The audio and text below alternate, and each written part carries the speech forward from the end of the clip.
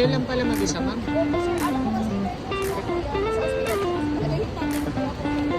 Opo. Kaya pala isang linggo lang, ma'am. What is up guys? Good night sa inyo lahat. So tonight nga is magdi-deliver ulit tayo dito sa airport, dito sa Terminal 3. Matagal-tagal nga tayong hindi nakapag-deliver guys dahil nagkasakit ako. And yung mga for deliver namin is ipinasuyo ko na lang. So waiting na nga lang ako kay client ngayon. Inaantay lang niya yung bagahe niya. Update ko na lang kayo guys kapag nakita na kami ng client. Makikita nyo naman yun sa video. So sasalubungin ko si client, then pupunta kami dito sa sasakyan para syempre ma-check ni client. So ayun guys. Ma'am, kayo po si Ma'am Sheena. Mike po. Tara po ma'am, dito po. Ako na po. Kayo lang pala mag-isa ma'am? Opo sir, ano po kasi emergency na po yan. Nasa ospital po kasi talaga hintatin ko kaya po ako yun. Opo. Kaya pala isang linggo lang ma'am. Opo. Kaya sobrang yung bit-bit ko 23 ang ano ko 23 tsaka 7 since nabiglaan. Tsaka Opo. nagpabagahe na kasi ako kuya. Kaya hindi talaga very unexpected talaga. Ayun po yung unit ma'am, yung kulay pula po. Kulay pink ko. Pula po. Pula. Ayun pala. Dito na tayo ma'am sa gilid. Opo. Paano po kayo kuya? Ano yung po taga Batangas? Ano kayo? Laguna. Batangas po. Batangas. Opo. May kasama naman po kayo. Wala ma'am. Paano po Nagko-commute na lang po ako ng pagka... Nakakaya. Naghihapit ka na sa sasakyan. Ganun po kami madalas ma'am. Ma'am, i-check niyo muna yung unit. Near FI dito? Yes po ma'am. May laman naman na po siya ma'am. Ngayon, kapag lalagyan nyo siya, yung magagamit nyo lang po yung ilagay nyo. Kasi non-refundable po yung magiging excess nyo. Ngayon ma'am, since nagmamadali kayo, pwede nyo naman gamitin na yan. Dire-diretso na.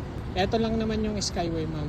Tapos yung fuel level ma'am, kung ano po namin siya binigay, ganun din po pag sige. Then kung sakali mang sumobra ma'am, ay non-refundable Okay, din. sige. Tapos papakita ko lang muna tong outside ma'am. Okay. May mga dents siya ma'am. Ito ma'am.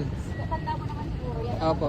Okay. Pwede nyong picturean din ma'am, tapos isend nyo na lang sa GC para may ano po rin po tayo. Sige. Pagka ganyan ma'am na hindi na po siya kaya ng mapping, 3.5 po tayo dyan per panel ma'am. Pero may picture pa rin naman ako dyan ma'am. Ang inaano ko lang dyan, yung mapicturean nyo din para may reference po kayo. Hindi kasi makita yung iba eh. Pero konting dot lang yun ma'am eh. Ito siya ma'am. Kaka-return lang ba nito? Opo ma'am, kaka-return lang. Pero malinis naman yung loob niyan Oo, ma'am. malinis naman kuya. Okay lang po, wala namang problem. Ay, anong gas nito kuya? Premium or unleaded? Unleaded po. Ma'am, pa-sign po muna. Tapos kuya, i-gcash ko na lang same nung ginawa ko last time. Damages ma'am, 3.5 po per panel Apo, na discuss ko naman. Ballpen, ito po. May QR code ba kuya? Sige, send ko na lang sa QR code. Name ma'am, tapos address. Tapos date and ano ma'am, time to na. 2906. Sorry ganito. Nasanay Sige na ma'am, ako. okay lang po. Okay 8. lang. Ano na ba ngayon? Tama ba? 8, no? 8 na Opo. lalagay ko. Opo. And 6. Tama ba? 6 isang linggo, no? Opo. 607. 25. Kung Unawain anong mo na. oras. Pag-usapan na lang muna natin ito Sige, ma'am. kuya. Para destination ma'am, yun yung lang.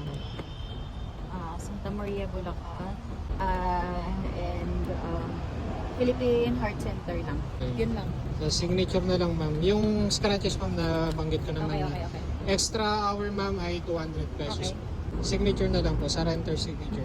Ma'am, papirmahan ko lang din po kayo ng regarding sa NCAP pala. May NCAP na nga, no? Yes ma'am. Paano ko pala yung sa NCAP? If ever pala, nasa may lisensya ko. Ito. Opo.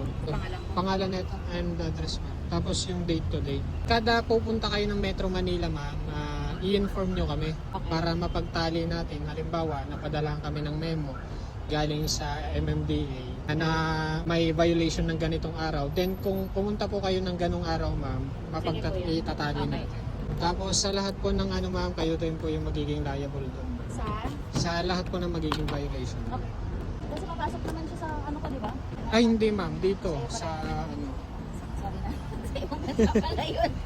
Just, So ayun guys, bali nabigay ko na kay client yung unit. Mabilisan lang yung naging transaction. Nagmamadali na rin kasi si client at may emergency siya. So yun lang guys, waiting na lang ulit ako ng masasakyan ko dito. Waiting na lang ako sa Binoco. So yun lang guys, thank you for watching.